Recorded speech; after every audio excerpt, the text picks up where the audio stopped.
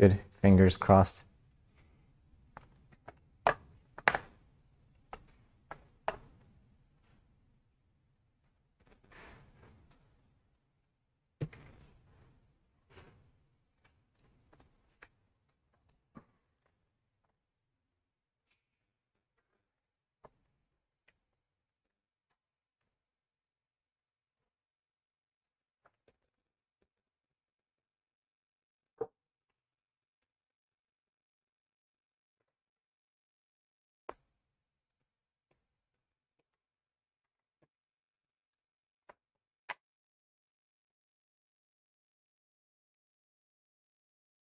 Good, ready to go when 1 minute before 15 past. So let's wait a little bit.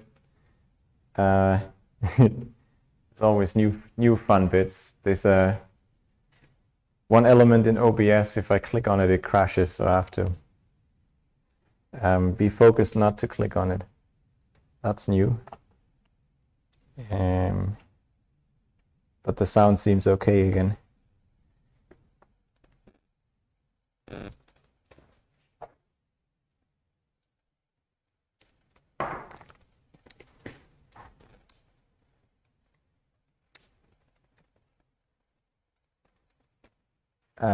If you're bored and while we wait, I put the first exercise sheet on the website. So these will always come online sometime Wednesday, and then you have 1 week to work on them. The first week you also have these reviews, but I hope it'll work fine, and these will not take too much time. And then we have to find a slot for the tutorials starting from next week. I'll write around trying with the Tuesday 4 p.m. Maybe let me show where you can find the sheets just in case.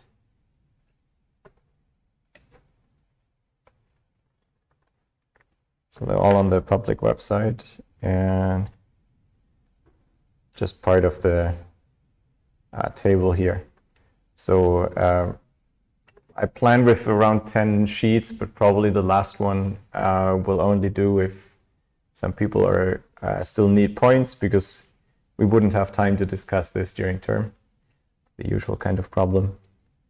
And here's the first sheet discusses the rules, but then there's two types of problems. One is NP hardness reductions. Again, I know you've practiced them a lot now, but here the point is to come up with interesting reductions, or more or less interesting ones. So just to do that one last time. And then the second problem is about this reduction from decision problems to search problems that I alluded to yesterday. So you'll look at this on 2 examples.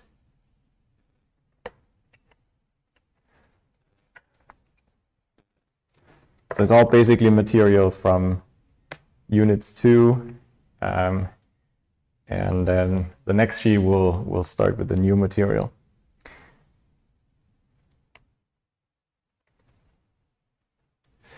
Okay, then time to start with the actual fun. The unit yesterday, unit 3, about these pseudo polynomial algorithms, was a gentle prelude, in the sense that there wasn't a lot going on that goes beyond what you've seen in some undergrad classes. Dynamic programming is kind of a standard topic in algorithm design, and the only twist we added was to analyze it from this perspective of P, or an NP, or polynomial time and exponential time. This time we'll dig a bit deeper in and try to make for this unit some interesting algorithmic innovations, so some new design tools. And then for the next unit, we'll look at the corresponding lower bounding techniques. Okay, without further ado. In unit 4, we'll look at fixed parameter algorithms, which will be focusing on problems where you can hope that one certain parameter is small and then exploit that in designing algorithms. In the worst case, these algorithms will be exponential in running time, because we're dealing with NP-hard problems. That seems inevitable, but we'll try to squeeze that bad polynomial, that bad exponential time as much as possible and contain it to some part of the problem that hopefully is in applications that we care about, not too big. You'll see what this is like. I'll introduce some of the concepts, then we look at two design techniques, these depth-bounded exhaustive search and kernelizations. And we'll see a bunch of examples, starting from very superficial examples and then digging through a few that exploit the problem at hand a bit more. The philosophy of this approach of fixed parameter tractability really can be seen as a generalization of what we discussed last time about pseudo-polynomial algorithms. There we said we have an input size n, but we also care about this largest integer value in the input that we called max int. And the hope was that maybe in general you can't avoid exponential time, but if your integers are small, then you can still do a polynomial time algorithm. And so we had algorithms that were polynomial in n and k. That's what we called pseudo-polynomial time. Now here we'll try to set up things a bit more more broadly, or more with a bit more general scope, and we'll look at inputs where there's always some specified second parameter apart from the input size or the encoding length. The goal will always be to find a parameter that is, on the one hand, so that you can solve the problem efficiently if that parameter is small, and hopefully also that parameter is small in the cases where we care about. For the second part, we'll usually just appeal to some cartoon applications.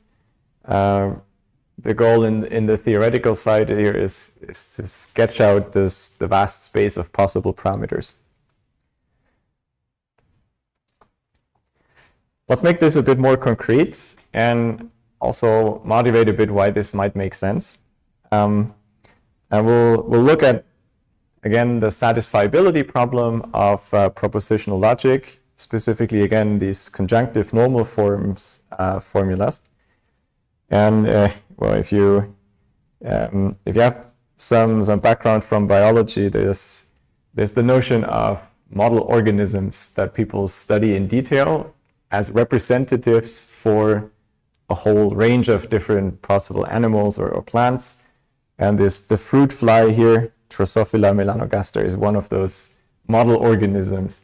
So a lot is known about these fruit flies that you may not care about per se, because it's maybe not the most important animal on Earth, but it's studied to represent other animals, and so many things can be translated from there. And a bit you can think of satisfiability as well like this. We don't always care about just the result we prove about satisfiability, but it turns out to be a good proxy for other problems. Okay, of course we know the general problem is NP complete. But if we say we fix the number of literals per clause, then if k is really small, this is actually an easy problem. I don't know if people know this. That's the two-sat problem. This is sometimes shown as an application of strong components in graphs. The deal with two-sat is that if you have a clause with just two literals, so say xi or not xj, this is the only thing that can happen. You can always transform that into an implication. An implication A implies B as a logical statement is the same as saying not A or B. And so this is a two-sat clause. So I could translate any such clause into, in this case it's convenient to say xj implies xi, but you could have also turned it around. You could have also said it's same as not xi implies not xj. So you can write any formula that has only two literals per clause as a conjunction of implications, which says if one variable is fixed, the other is determined in many cases. And so these are essentially edges in a directed graph. And if you have a strong component in this graph, then you have essentially a contradiction. So I'm shortcutting here one bit where you introduce how you define the graph. But in essence, if you can solve strong components in graphs, which is in polynomial time, you can solve these formulas with 2 literals per clause. On the other hand, if k is at least 3, we know the problem is NP complete because it's one of Karp's famous problems, 3 set. So in a way, this parameter does make a difference, but the transition is very abrupt and sharp and at a very small value. So it's maybe not a good parameter in our sense. But there's many others you could try. You could take the number of variables. Then you can essentially try all possible assignments. And if the number of variables is small, maybe this runtime is good. You could also try the number of clauses in the formula. That's closely related to the length. So maybe also not a parameter that we can expect to be small. Same if we take the number of literals. Just to make the point that this can be a very general thing, you could also take as k the number of variables that you have to set to true in a satisfying assignment. That one sounds a bit crazy, but can actually make for a sensible algorithm. Or you can ask other properties about the formula. If you somehow represent it as a graph, can you say something about the structure? These are all possible parameters. They may or may not help. The point is to set out the theory broadly enough that you can study all of them and decide which ones are helpful and which ones don't make the problem easy, even if they're small. Then we also looked at this maximum set where you wanted to satisfy as many clauses as possible, even if it's not possible to do all of them. And there you could say k could be the number that you want to satisfy. So if you're happy with just satisfying few clauses, maybe that makes the problem easier. Okay. Many of these will come back to us in some point or some form or another. Here, basically just the point of the slide is many ways to choose parameters. So let's define this a little bit. First of all, we say, again, we start with languages. So there's an alphabet, and there's a language as a subset of sigma star over this alphabet. Now, parameterization is some function. I'll write kappa for these functions and k for the parameter, so that hopefully that's mnemonic. It's just a function that maps these strings from all possible strings to numbers. And we would like that this is efficiently computable. So there's an algorithm that computes this mapping in polynomial time. And then we can define a parameterized problem. That's a pair of a language, subset of this alphabet, and a parameterization. Okay. So far, completely general.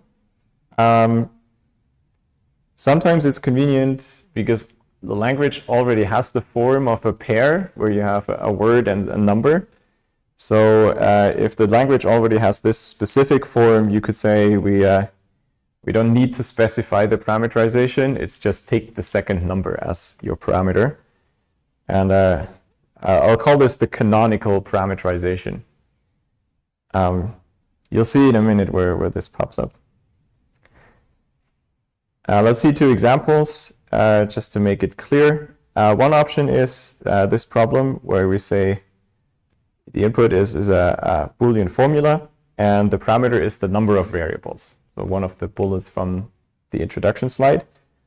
The question remains unchanged, so we're not talking about max sat. This is standard satisfiability. we still ask the yes/no question, is there a satisfying assignment for the entire formula? And this is called p-variables SAT, where this prefix p stands for a parameterized problem, just so that we can always distinguish, is this only a language or is it a language and a parameter? And variables, obviously, for the parameter here.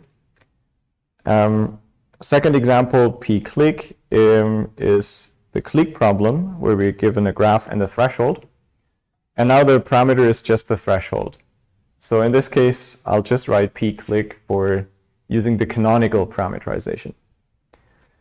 And, well, you remember what the clique problem is. Find a complete subgraph of at least k vertices.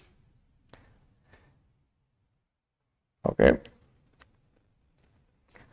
Indeed, this canonical parameterization always makes sense when you talk about optimization problems. Clique was one example. In general, we set up this formalization for optimization problems in Unit 2. So whenever you're given such a problem, you can say the parameterized version of this problem, the canonically parameterized version, is the threshold language. So again, this was pairs of an instance for the optimization problem and a threshold k, a number. And it was the language contains all those pairs where the optimal solution for x is at least as good as k, right? That's the natural decision problems associated with an optimization problem. And now the parameter is also just set to the same number k. Now this means this problem contains instances where this threshold is exactly the optimal value, but it could also be the threshold that is loose, right? It doesn't need to be the exact optimal answer. It's just this pair of numbers that make up the parameterized problem. Just to reiterate, that's precisely what's written here for the clique problem.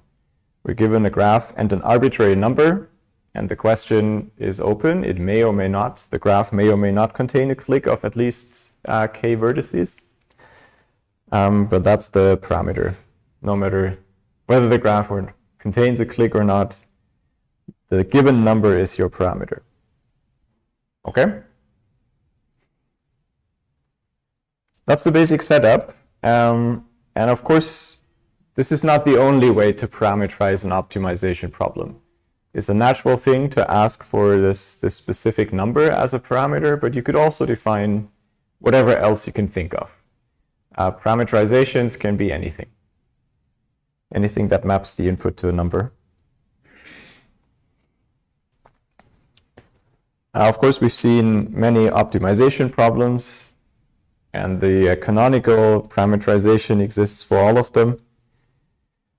Where it's clear what we mean, I'll write the specific parameter between p and the problem name. That's a nice shorthand notation.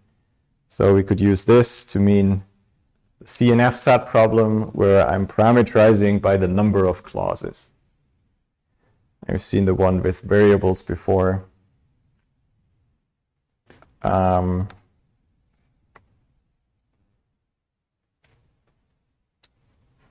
Okay.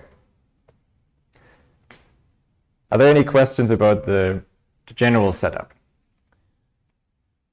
Again, so far we haven't talked about running times. I've just defined languages and parameterizations as a mapping from words to integers, plus a few naming conventions for problems.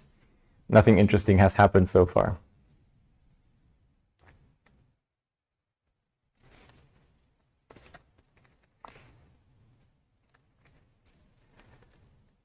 In the next section, we'll talk about the goal. What types of running times or what types of algorithms for these parameterized problems do we see as tractable, as efficient?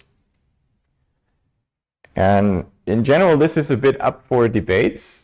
I'll present the solution that people have come up with because it has led to a theory around these problems, or makes for nice classifications. But it's maybe, as in the case for P and NP, is not without alternatives, or you could debate it a bit. Let's see some examples of what running times one could possibly achieve. So here I'm listing some exemplary problems, and I'm not trying to invent good algorithms. I'm just listing running times for the most shallow, stupid brute force method that just goes through all possible options and checks them one by one. Okay? So don't, I'm not claiming that these are the best running times for any of these problems. If I have the p variables SAT problem, we'll see this in more detail in a second. If I have k variables, the number of assignments is 2 to the k. I can assign each variable to true or false.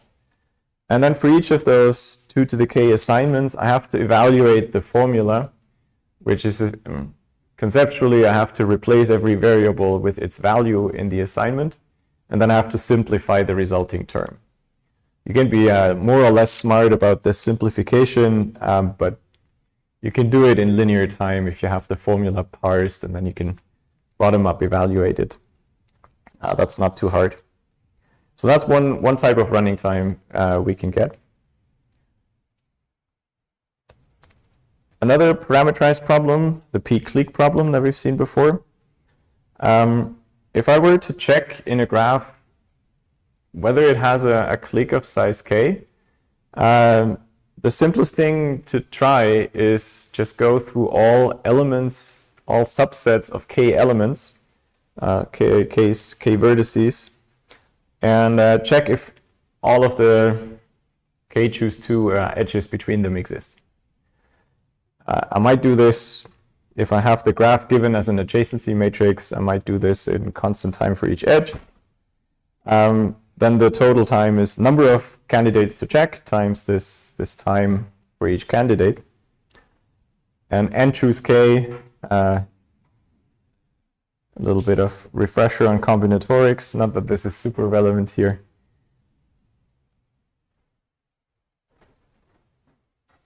Is this falling factorial k terms? And then we divide by k factorial, which is k times k minus 1 all the way down to 1. And this is asymptotically equal to n to the k divided k factorial.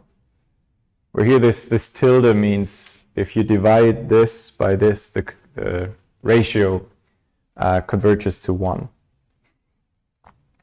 All that we need to know for this is n choose k roughly grows like n to the k. So it's a polynomial if k is constant, but of course if k is allowed to grow, then this also grows very quickly. That's another type of running time we could get. In a slight variation, if we look for vertex covers instead of cliques, it's a similar game. The vertex cover is a collection of vertices. So if my threshold k means I'm allowed to pick at most k vertices, then I can check all the k vertex subsets and check if they cover all the edges. In this case, the checking part is slightly more costly than before. Here, the checking part only depended on k. Here, it's the entire graph, not just the subset. But I get a very similar runtime in the end. And last, I could have the coloring problem, where I'm trying to assign colors to vertices. And the question is, can I do it with k colors, where k, again, is the parameter? And here, the brute force method of checking all possible colorings of vertices. Now, this is incredibly wasteful because there's lots of symmetry. But really, you can't do that much better unless you try to be really smart. The possible number of candidates to check is every possible color for every vertex. So you have k to the n possible different colorings. Checking them is not so hard, but of course this grows, even for small k, this grows very quickly. And so one way to look at this is to think about what values of k would make the resulting algorithm polynomial time. And so if you look at this part, maybe let's go bottom up, it's easier. This problem, this running time really is polynomial only when k is 1, really. Right?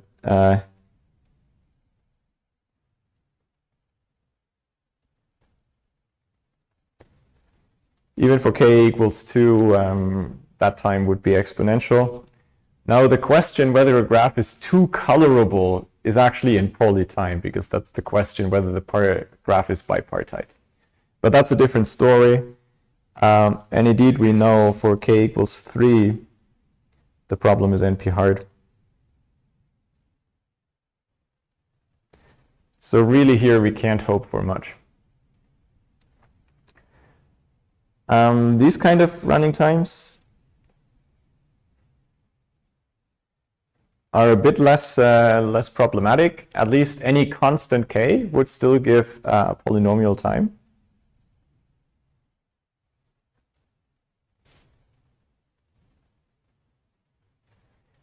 So we could debate whether these are good or not. Now, if k is a large constant, that's very questionable, but it's certainly polynomial. And the last bit here, we can't make k linear in n for sure, but we could tolerate, for example, logarithmic in n. Then it's still polynomial. So certainly better than this case. You can make it slightly bigger, I guess.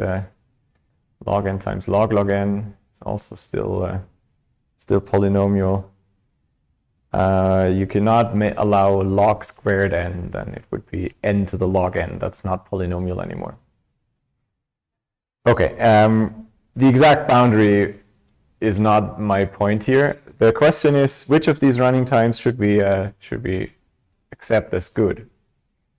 Maybe a priori is not even so clear, but you'll see. The definition is essentially drawing the line between those two. The top is okay, and the bottom 3 we don't like. So let me draw this in here. But there's a twist to the definition. So formally, what we like, a fixed parameter tractable algorithm. So an algorithm that we consider efficient for a parameterized problem is defined as follows. We have a parameterization, and we have an algorithm that works on this alphabet. Now, the algorithm doesn't need to know the parameterization. We're just analyzing it using that. And we say the algorithm is fixed parameter tractable if it has this running time. I can somehow split the running time into a product of some part that only depends on k and some part that is polynomial.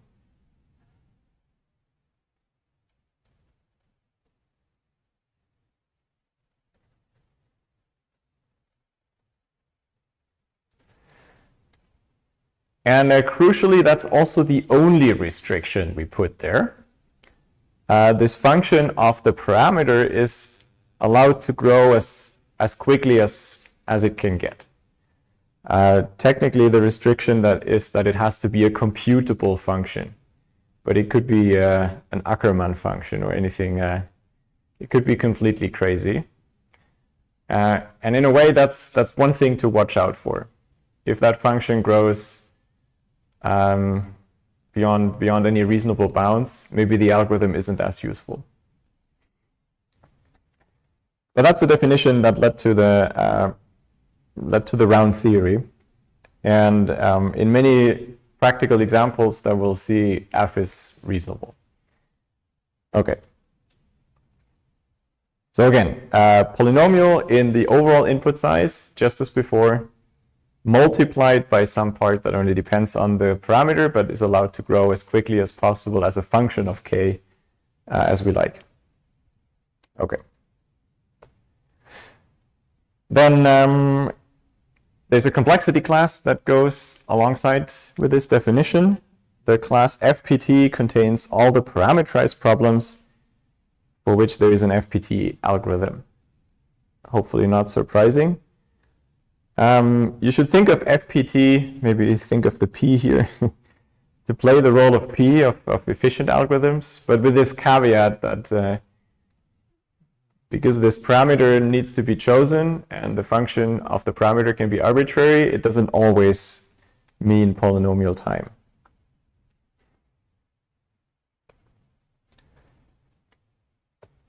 Okay, I probably gave this away now. I wanted to ask people before we continue.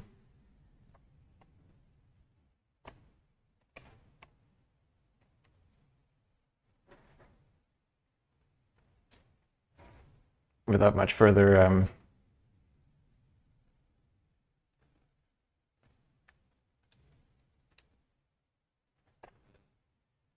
and you should essentially answer this question using the knowledge we've covered so far, not using any more sophisticated algorithms that might exist.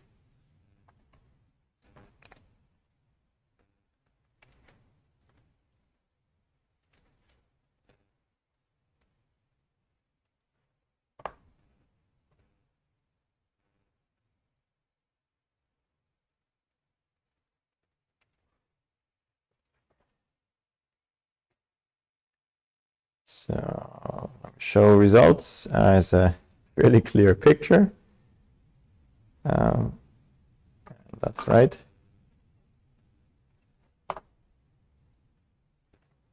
And so here's the corresponding theorem. It's basically just applying the definition and things I've said before, but good to see that people are following. I just, for specificity, spelled out the actual algorithm. And let's go through this one more time, just to make sure this is super clear. I'm not trying to sell this as an exciting result. You can formulate it as a recursive algorithm. So you're given some formula, and I don't actually care what form it is in. It doesn't need to be conjunctive normal form here. And as a second parameter, just to make it convenient to write down, I'm given the list of variables of the formula. So you would have some pre-processing that extracts all the variables and calls this function. Now, if the number of variables is 0, there's no more variables in the formula, then it has a specified value. It's either true or false. And so I can evaluate it, and this equals is supposed to simplify the formula or evaluate it. So this might not be constant time, right? But it will be at most linear in the size of the formula.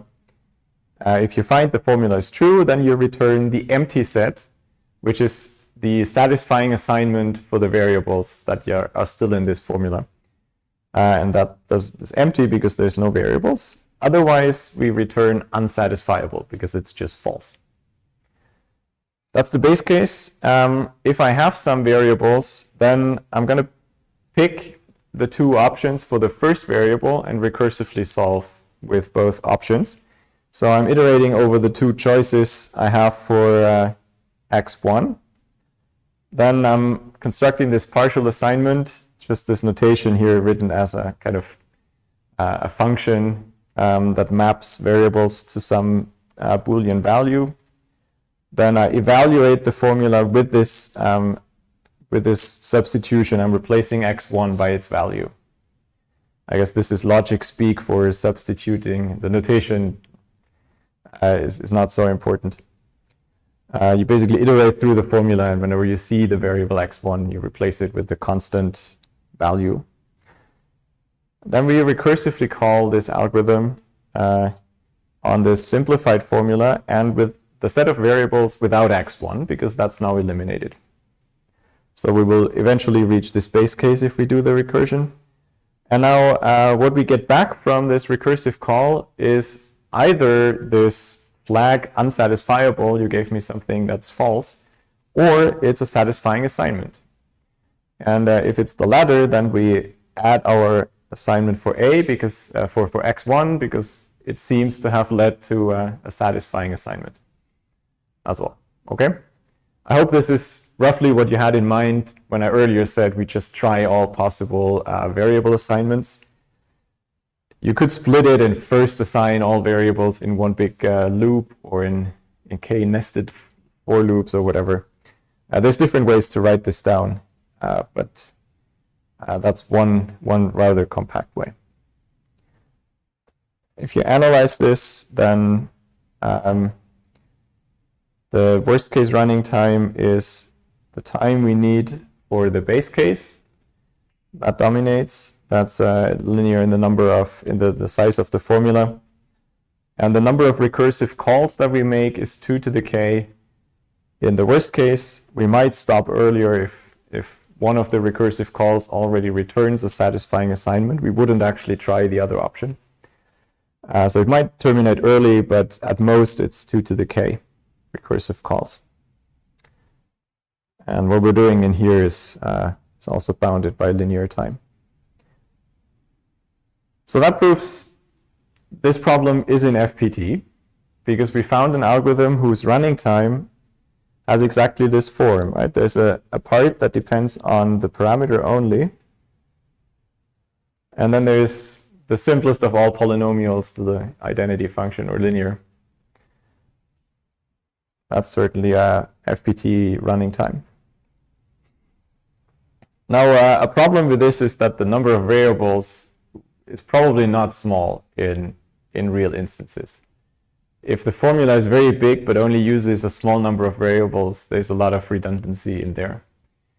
So, I mean, this is a true theorem, but it's not a very useful theorem. It's not super exciting.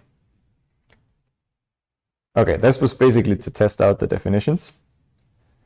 Now I want to make one cautionary remark here, that, as I said, the definition of FPT is chosen in a specific way because it makes for a round theory, but it has a few rough edges. And in particular, it means if you pick your parameter sufficiently stupid, everything is in FPT. And by everything, I really here mean everything. So formally, this statement says, if you pick the parameter in a specific way, then any decidable language, anything you could possibly compute on any computer, is actually in FPT. For this specific parameterization, of course, is only the parameterized problem that we're talking about. So what is this, this broken way to define a parameter? This is the attempt to make it minimally broken or not obviously stupid. Of course, you can force this by making the parameter just an insanely fast-growing function. But even that is not so easy to do, because what's the worst possible running time any Turing machine can have? It's a side problem that we're not so interested in this class, but this is a busy beaver kind of question. Can you make a Turing machine that produces as many output cells? And this, I think, is an open problem. So maybe it wouldn't even be so easy to write down the worst possible parameterization. But actually something relatively simple and innocent looking is enough. You just need that your parameter is bigger than some function of the input, where this function is weakly increasing. So it means it doesn't go down if you increase the input, and is unbounded. So it doesn't just stop at some constant value. It eventually reaches any possible value. But that second part, I guess, is very natural for most types of parameters. It's the first part that you should be wary about. And we also need this function to be computable, but that's a weak requirement. Okay. The proof is a little technical, but I want to go through it just to illustrate where these things break. I think it's insightful to look at this. Yeah. No zooming, please.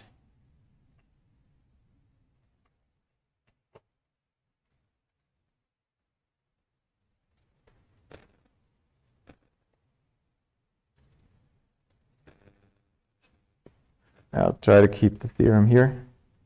So first of all, if L is decidable, that means there's some Turing machine that, some algorithm that computes it.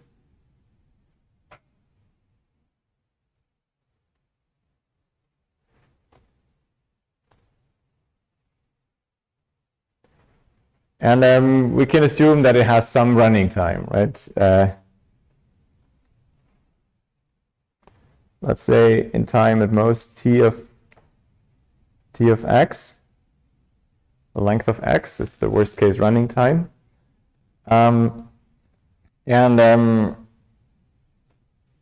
Without loss of generality, I'm assuming that this function is also weakly increasing.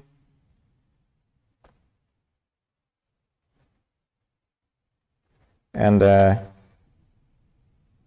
larger than x itself.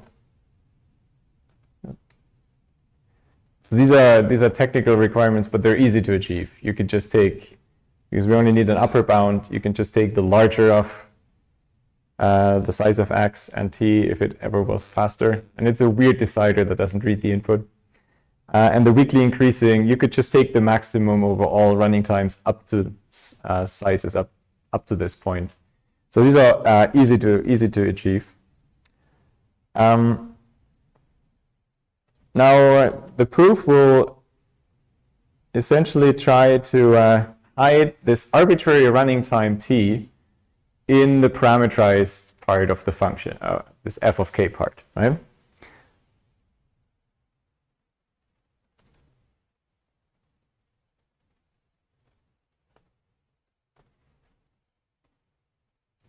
Now the question is how to do this, because all we have is this requirement that the parameter is at least this function g, which, let me stress this again, g could be a reasonable function. It could be log of the size, right? So,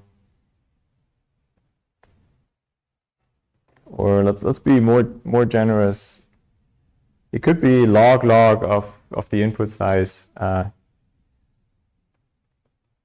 That would still satisfy these requirements.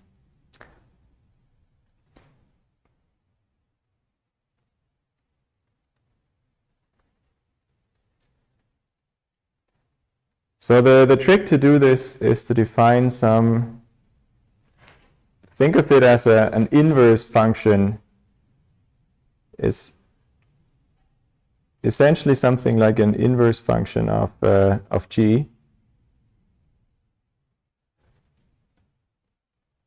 But because we're dealing with a function that is maybe not bijective, so it doesn't exactly exist, but let me still write this as a function in the parameter just called g as a variable.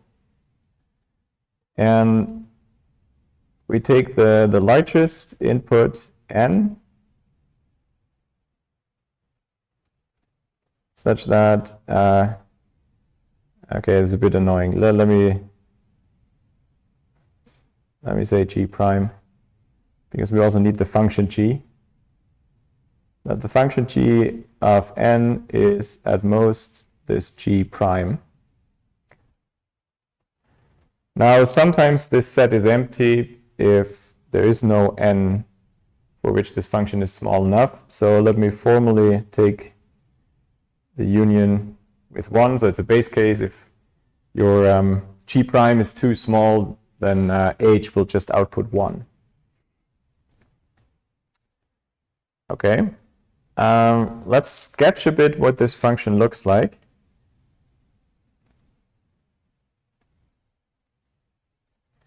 And let's start with drawing our function g. It might be low at some point, then it might jump. It might stay constant for a while, but it will eventually go above any kind of bound that you set for it. So say that is g of n.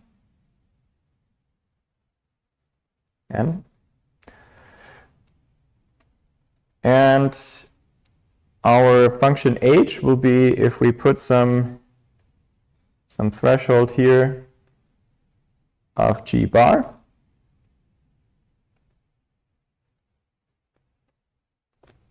our function h would pick the largest n so that g is still smaller than this. So it would pick this one as, that would be, okay, it's inconvenient now. Should have planned better in the drawing. So this is h of g prime. Okay. So it's kind of an inverse function of g, except that because it can jump, it's not necessarily a smooth and doesn't attain all values. But let's collect a few properties of this function h. First of all, because g is weakly increasing, this was from the assumption, and unbounded, we get the same, we get that h is well-defined. There's always a well-defined maximum here.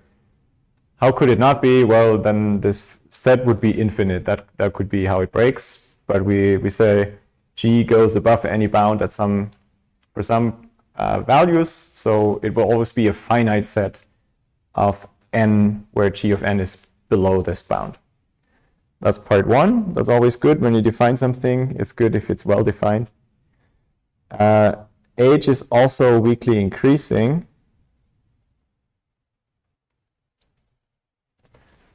Which you can effectively see from the picture. I mean, you're making this set, if you increase the bound g prime, you're just including more elements in the set, so taking the maximum cannot give you a smaller result.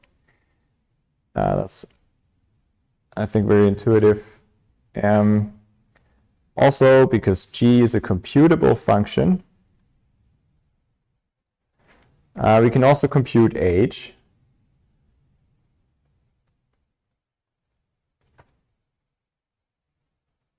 And how would you do this? You can just go by definition. We don't need to be smart or fast. You can just keep increasing n, and if g eventually goes above your bound g prime, then you stop. So again, no claim on the running time. It just needs to be computable. And now the important part. What if you take, I said it's a somewhat inverse function, so you would expect if this was exact inverses, you should get back n. The way it's defined here, if we insert g of n for g prime, you see that this is really a g of n less or equal g of n, except that the inner n is a free variable. So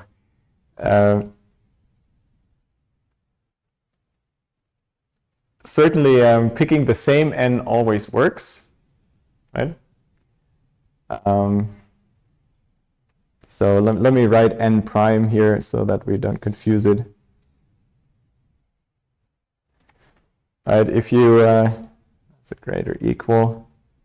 If you insert g of n for g prime, then you're trying to find the largest n prime so that g of n prime is at least g of n, is at most g of n. Certainly if you put n prime to n, that always works. Maybe because g is constant for a while, you can put in larger values than n for n prime. That's fine, but it won't be smaller. Okay. And so now the rest is just putting things together. The time to decide whether decide whether any string in our alphabet star is in the language L. Remember, this is what we're talking about. It's we're trying to solve this parameterized problem L kappa. So we're asking, is a certain word in this language L? And I'm claiming that this is an FPT, so there should be an FPT time algorithm. That's where we are. So the time to do this, by definition, was bounded by t of the size of x. We said that's the definition t was the running time of this algorithm that decides L. And now we're using that t is increasing, which means I can make the argument bigger and the overall function will only grow. And so we use this and condition 4 to replace, instead of n, let me write n instead of this. So n for the size of x. And this becomes even more obvious. Okay, I'm just inserting. Now I'm using that both t and h are increasing. So I can make the argument inside h bigger and only the bound goes up. And g was a lower bound for our parameter.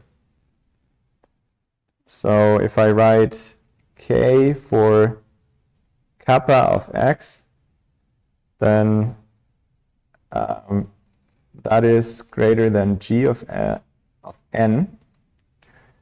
And so that's upper bounded by h of k. And then that's all we need, because that is a function just of k. We haven't defined that function, but here it is. Okay? So the overall, the total time that whatever this algorithm is that decides L, however long it takes, we can hide that in a function that depends only on the parameter. If that parameterization is chosen according to these conditions, it's lower bounded by a function that's never decreasing. So whenever you define parameters, you probably need to tolerate that sometimes a smaller problem has a larger parameter than a larger problem. That shouldn't be too surprising or too hard. Okay? So take it as a long caveat to say the theory is a little broken if you allow arbitrary parameters. It doesn't always make sense. FPT doesn't imply anything unless you also pay attention what the parameter is.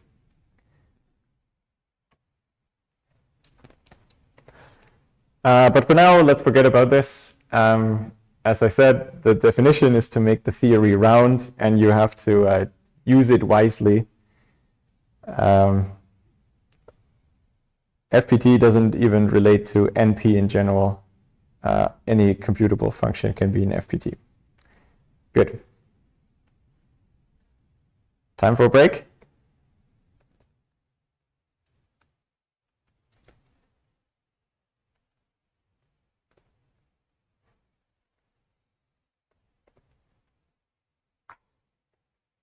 That's a nice time.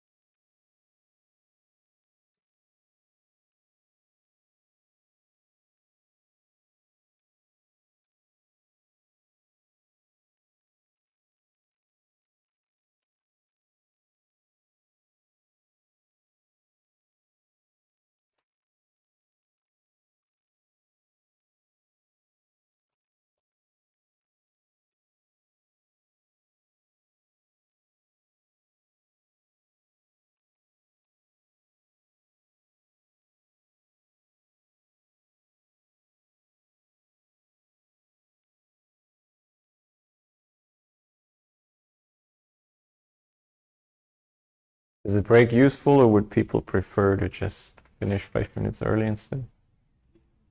Useful? Okay.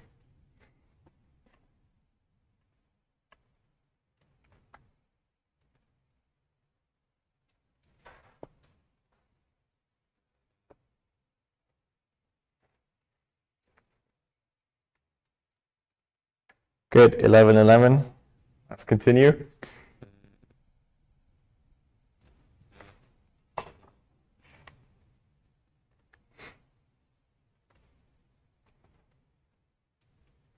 Okay, looks like people gave up on the live stream after yesterday. Otherwise, I would have asked if the audio is fine again. Let's assume it is. In the next section, we'll look at some first algorithms that properly use the fact that we're only aiming for an FPT algorithm and not a polynomial time algorithm in general. So we look at some first design technique for this regime. And the simplest kind of design is actually something we've already seen, namely an exhaustive search. But we'll make it a bit more explicit that we bound the search, or the size of the search space, as a function of the parameter. And our brute force search for satisfying assignments essentially did that, but it kind of didn't have to work hard to do so. The question is, can we do this in other problems, and can we do something that's non-obvious in this realm? And as a first example, let's consider the vertex cover problem again. And remember that the brute force solution for vertex cover had this running time where we go over all subsets of size k. So there was a polynomial part for checking, but the key component was this. So it was n to the k times a polynomial in n. And so this n to the k is not an FPT running time, because I cannot separate out the dependence that might be exponential, but only depends on k, from n. N is in the basis here, and I don't get it out. So this is not an FPT running time.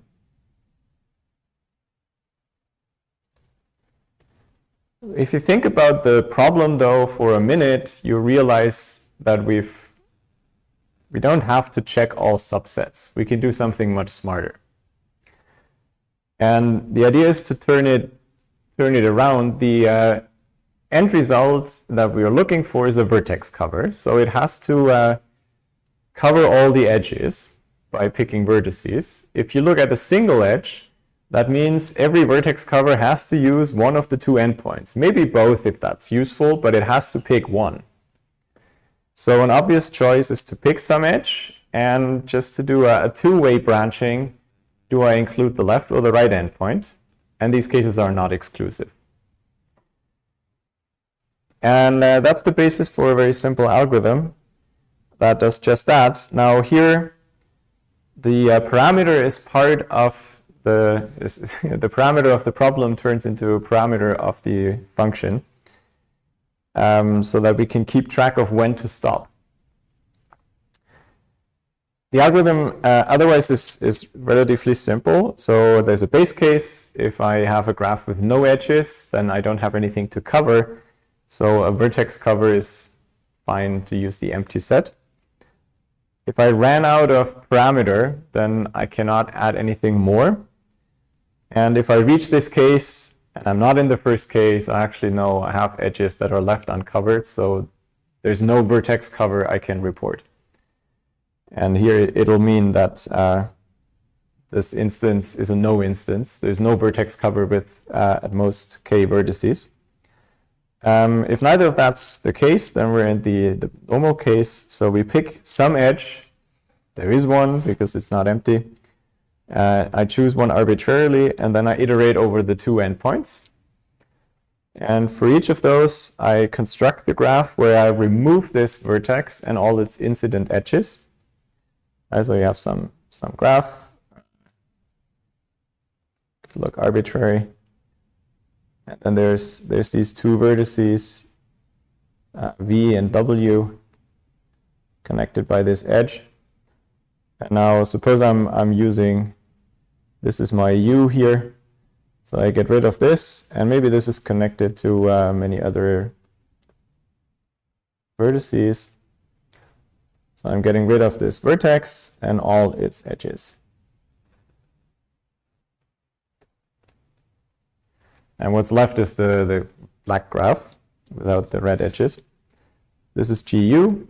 And then I recursively call my method, try to find a vertex cover for the rest, but you're only allowed k minus 1 vertices because I've implicitly picked this vertex U. So I don't store vertex U anywhere at this point. I'm just doing this for both recursive options because the method is slightly smarter, it returns the smallest vertex cover. If we have the choice to do that anyways, why not? So after we do the two options, we try the two possibilities and recursively all further options. If only one of the two leaded to some vertex cover, then we return that. And here we add this vertex U back in.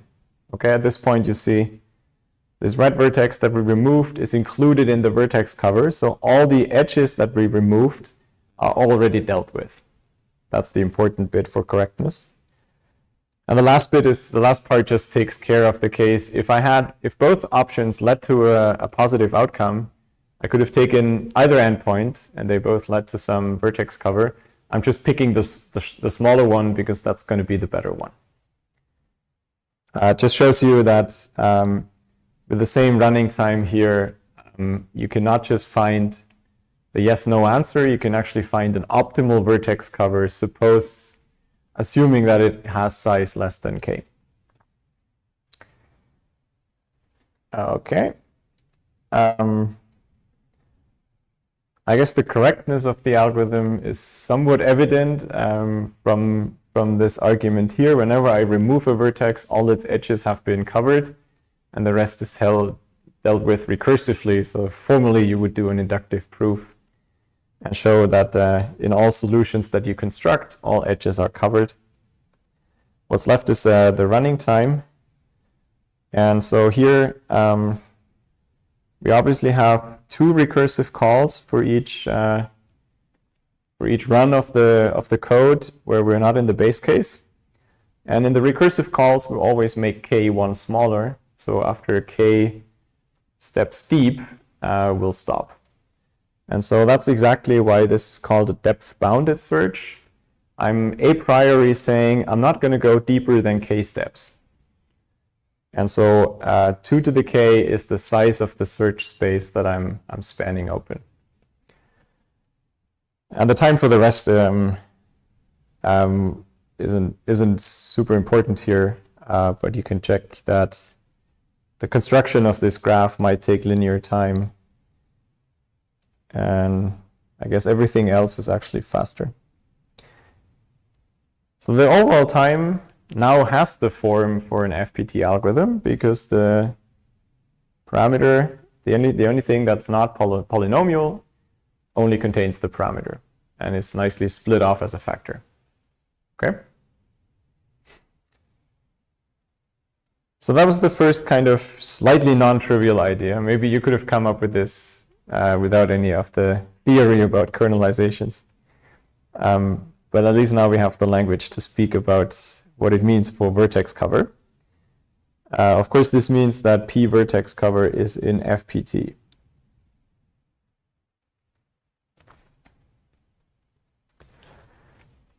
Another remark about this code is that we don't need to know the parameter up front to do anything interesting here, to do something interesting. It's actually good enough to just guess a k and run the algorithm and see what happens. And once you have this idea and you analyze what comes out, you might as well just increase k until the algorithm succeeds. And so just to make that very explicit, here's the code for that, but it really just calls that method with increasing k until we find a solution. Now this will always terminate after some point because every graph has a vertex cover if you take all vertices. What's interesting about this is what is the running time? And the running time here is as often as this loop runs. So if overall the true outcome, the true answer is k, there is a vertex cover of size k, then you're running this loop from 0 up to k. And the running time for this simple vertex cover method is what we just analyzed. And if you simplify that sum, I mean, this part doesn't depend on k prime, so it goes out of the sum as a factor. What's left is the sum of the first powers of 2. That's bounded by the next larger power of 2. And so really the whole thing has the same running time as if you had known the parameter before up to constant factors. So what looks very wasteful, iterating over all values for k, it's like a linear search for the right value of k. You may have come up with smarter solutions like binary search or exponential search or something like this. But here really all it says, if your cost is exponentially increasing, it doesn't matter what you pay up to the point. The dominant cost is the last call anyways. So you might as well step up one by one. Okay. So this already shows that we're getting a bit more than we initially set out for. We don't just solve this parameterized problem. We now have a proper algorithm that can solve the optimization problem vertex cover. But the running time depends on the parameter, which is the optimal output size. And we didn't have to work so hard for that. Not yet.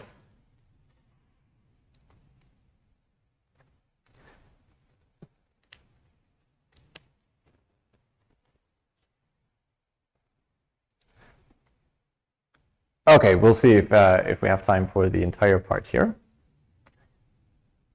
I want to start at least with the second design principle for FBT algorithms. And that first comes along as something very different. In this subsection, we'll look at problem kernels, a well-overloaded term. But I'll make precise what we mean by this in this context. And that's an entirely different way to design FPT algorithms. You can think of it as a reduction rule. I'll have some simple examples soon. Think of any simple, easy wins, what to do to your input to make some parts that certainly are not helpful go away.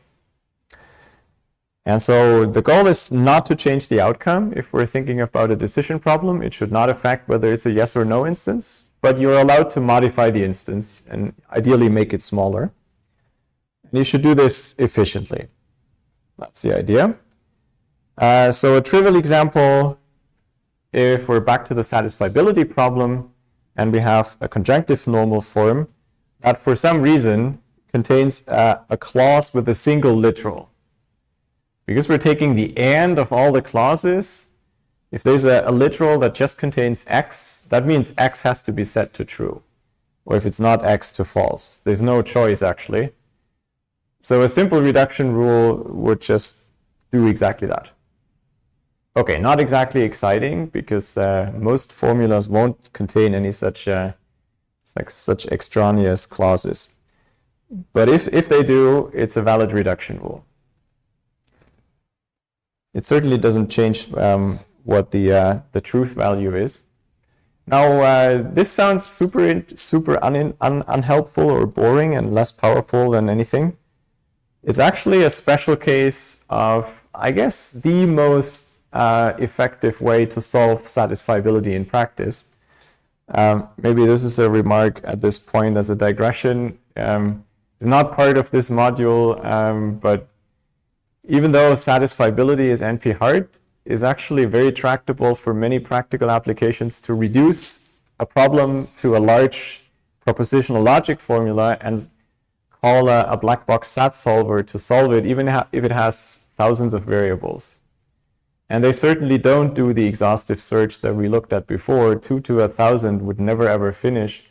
They use some clever heuristics, and based on this resolution calculus, which really is not more than that. If you have two clauses that have some literals, but they also have they overlap in one variable and they use it in the opposite way, then instead of those literals, you can add a new literal which takes all the parts without x, because in a way these two clauses together mean either x is true or false.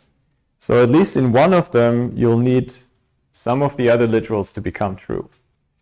So you can add more clauses to your formula this way. And again, this sounds maybe not super powerful, but if you combine this with clever heuristics of how to choose these, that's exactly how practical SAT solvers work. Okay, that's just a side remark. I'm not claiming this is an FPT algorithm in a formal sense. Let's look at a different example where this is a bit easier to make the case. Back to vertex cover. If your graph happens to have vertices of degree 0, they don't contribute to anything. You just delete them. There's no edges that they would cover. And if you have vertices of degree 1, right, then there's some part in the graph, and this vertex is just dangling off here. This edge, its single edge, would just as well be covered by the other endpoint. So just get rid of this guy. It's not going to ever be part of an optimal vertex cover. Yeah, okay, I'll retract that statement, but there's always an optimal vertex cover without that vertex. This rule, again, doesn't look very powerful because many graphs won't have too many degree 0 and 1 vertices. But thinking along these lines will actually lead to something more interesting.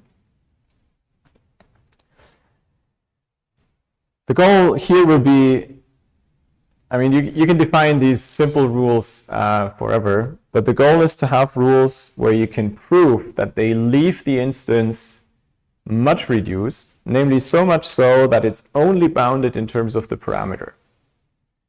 That's what we're really after. So I'll often say pre-processing is just anything. You do something to the input before you get going. What we're after in this chapter for a problem kernel is something more specific. Okay, let's have a look at a more refined version of this vertex cover rule. This one's a bit more clever. So we're given an instance to this parameterized problem, a graph and a threshold k. Now suppose the graph contains a degree greater than k vertex, so a vertex with strictly more than k neighbors. If I'm only looking at vertex covers of size up to k, there's no way I'm going to include more than k neighbors of this single vertex, so I have to choose the high degree vertex.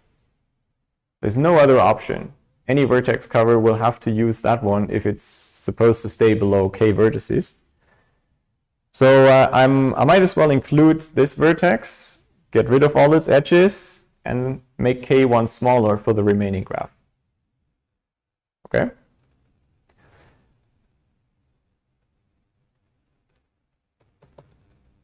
Okay. Laptop decided to freeze. You can think about the next point. You can apply this rule simultaneously for all vertices. You don't have to apply it one by one. You can in one shot get rid of all the vertices of degree larger than k, because the reasoning will be the same for all of these. Neither of them can include all the neighbors, so you have to use all those vertices.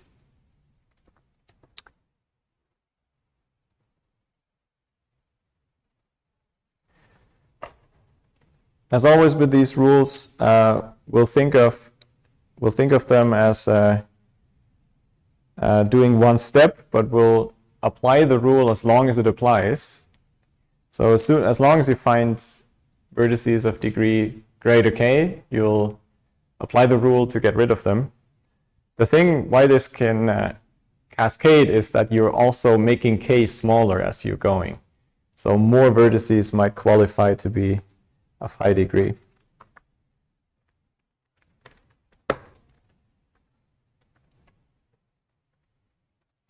Okay.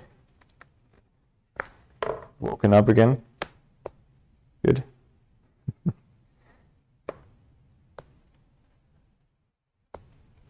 So I wanted to draw this high degree vertex, but maybe by now it's kind of clear.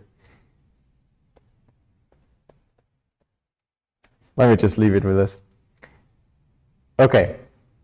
So this is more promising, maybe just because it seems to do something more interesting, and if k is not too big, this has the potential of making the graph really small. Let's first define what we want formally. So a kernelization is talking about a parameterized problem, as always.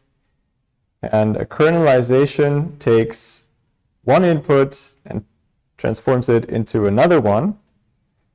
And it also transforms the parameter. So there's a mapping, a new parameter if you want. I mean, I guess that's not right. The parameterization stays the same, but the result of the kernelization will have a smaller parameter.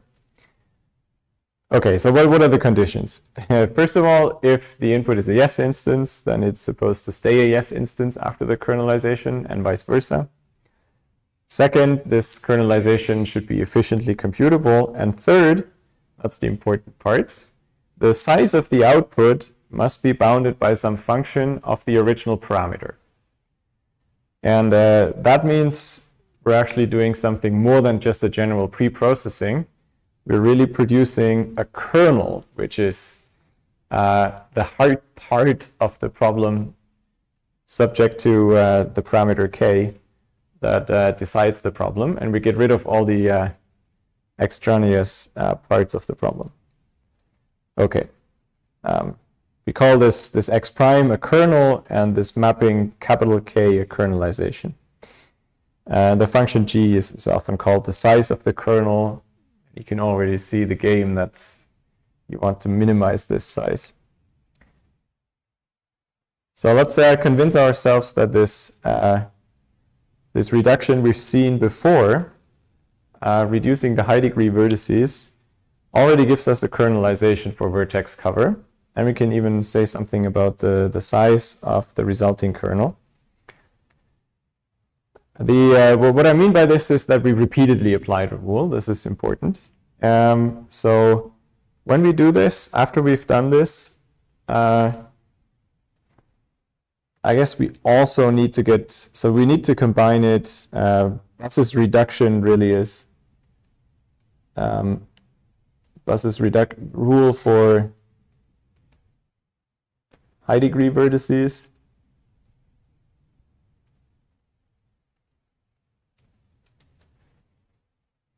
Together with this simple rule from before, the 0, 1 degree rule. So I'm removing isolated vertices, I'm removing leaves, vertices of degree 1, and I'm applying this high degree removal rule whenever possible. But when none of these rules is applicable anymore, then I'm left with a graph where all the vertices have degrees between 2 and k. Okay? It'll probably be smaller than k. This is the original k of the input, but that's say, a worst case guarantee. Now this means whatever the vertex cover looks like in the resulting graph, if this was a yes instance, it can only contain k vertices. And so because these are bounded in degree, I can only cover k squared edges with k vertices in this resulting graph. Which also means if I have more than k squared edges, if my number of edges m is larger than this, there's no way I'm going to make a vertex cover with k vertices. So I can output, as result of my kernelization, a trivial no instance. So if you want to be specific, you can say, I'm just forgetting about the old graph and I'm constructing a complete graph on k plus 1 vertices with the same parameter k, and then that's a no instance. And otherwise, if my number of edges is at most k, well, then both the number of vertices is also at most k squared, because I have to put these edges somewhere, and I can only put I have to put I can at most put k edges per vertex. So the overall input size is bounded by, say, twice that. And so that's our kernel size. Okay. So here the rules are still pretty simple, but by looking at it after you applied them to saturation, you already get a non-trivial result, namely that you can reduce any graph to something that's bounded by k squared.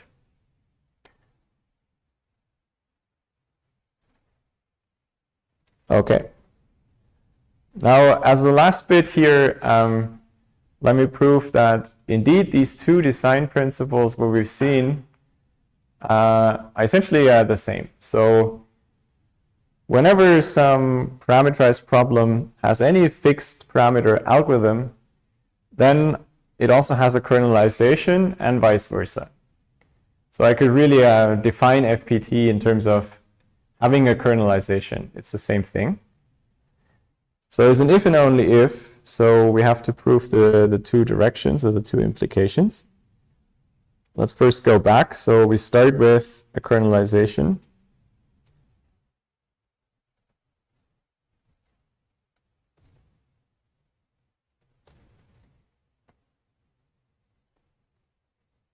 For our problem.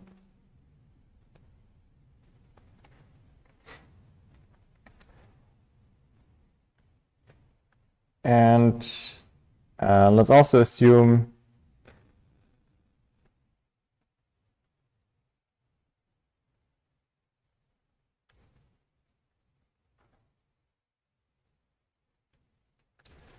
I guess it's not an assumption. We assume that there is some way to decide the language.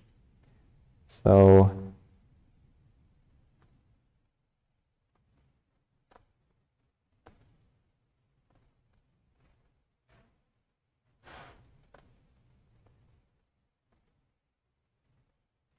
but it might not be clear what the time is.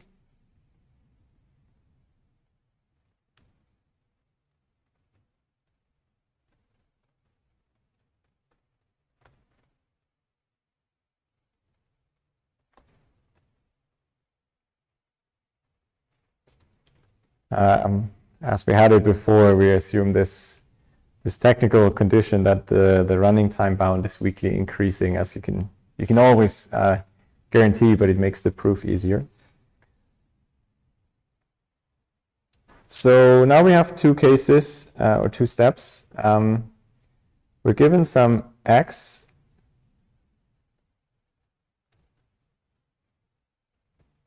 where we're trying to check if x is in L. So first of all, we apply our kernelization.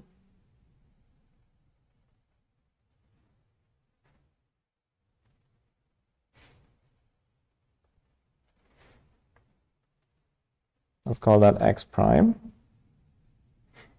That takes polynomial time. And also we know that the size of x prime is bounded by some function of just the parameter, where k is the parameter of our input, as always.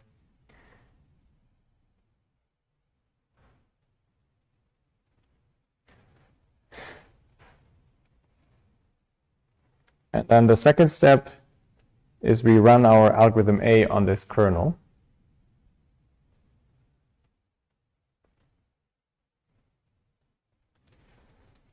So that decides I mean, by the correctness of the kernelization, the answer for x prime is the same as the answer for x, so that will be a correct output. Now the question is, how long does it take to run this algorithm A? So far we've only spent polynomial time. But the time for the second step, we can only give as t of x prime. Now this is where we assume the weakly increasing, which means we can upper bound the outcome by upper bounding inside. And now this is something that only depends on k. So that's an FPT time so far, right? So these two steps together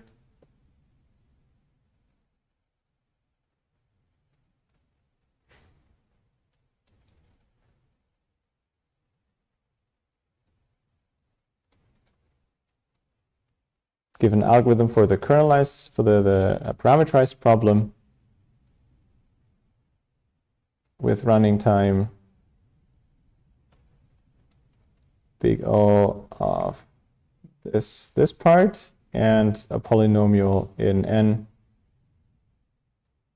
Let me just write poly n, or n the input size, I guess. So, which is already remarkable in itself. If you have a kernelization, you get an FPT algorithm, but you actually get one with a plus between the two parts, not a multiplicative condition. And so once we've proven the whole theorem, you can actually always go to an algorithm with this plus, because you can take any FPT algorithm with the part that you see in a minute, convert it to a kernelization, and then go back, and then you have a running time of this shape.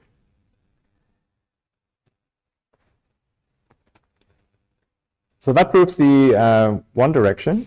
Now for the other implication, we start with an FPT algorithm.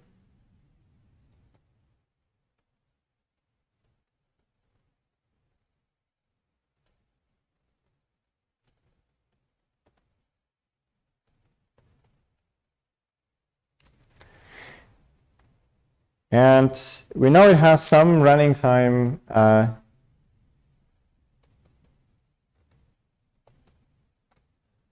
that's given by a function of the parameter times a polynomial. And so if that's the case, then there will be some exponent c so that this is true. Okay, this is an upper bound for the running time. And yeah, I guess we can even leave this off and claim that that's an upper bound. We can always make the polynomial a bit bigger if needed.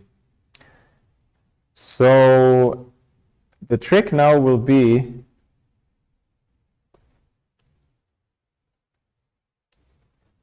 to simulate this algorithm A, but only for a certain amount of time.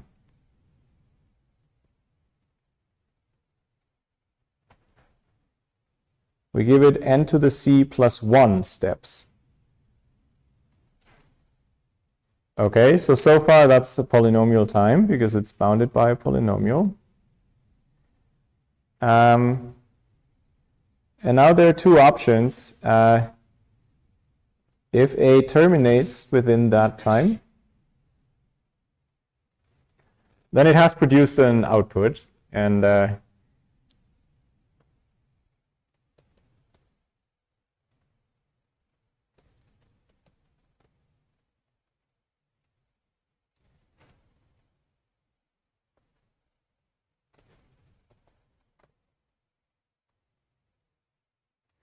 if it outputs yes, then we're supposed to produce a kernelization. So we have to take the input and produce an equivalent instance that's small. So I'm just taking any fixed yes instance of constant size and output that. It's a bit of a stupid kernelization, but it works. It's according to the definition. It just ignores the original input because it solved it already. And if the output was no, then we likely likewise output a no instance.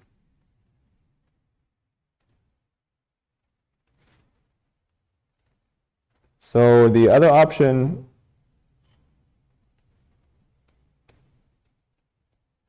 is that A did not finish, and we stop it after this many steps. So that means this was not enough for this time bound.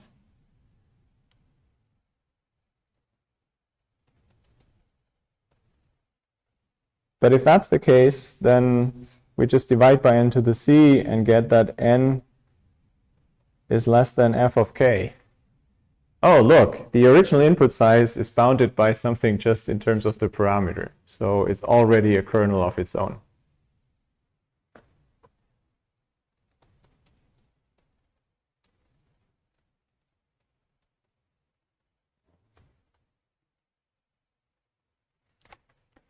And so in both cases, we just spent polynomial time for simulating A, doing trivial stuff. Here, also not doing anything interesting. We're just outputting the overall input before again. So maybe you feel cheated a bit by this second part because it didn't do anything smart. That's how proofs sometimes go. Still, the proof established this slightly non-trivial fact that you could have defined FPT with a plus instead of a multiplication for the part that contains the dependence on the parameter, which I think this is the only way to prove it that I know. So it's sometimes non-trivial things come out of these proofs, even if in hindsight they might feel a little less interesting. Okay, so we established that really FPT is the same as having a kernelization. And another example of kernelization we'll have to wait for next week.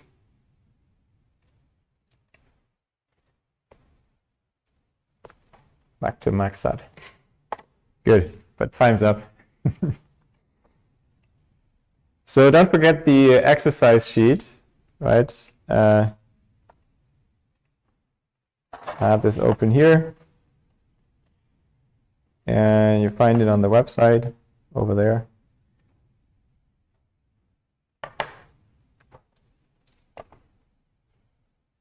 And they will always come out on Wednesdays.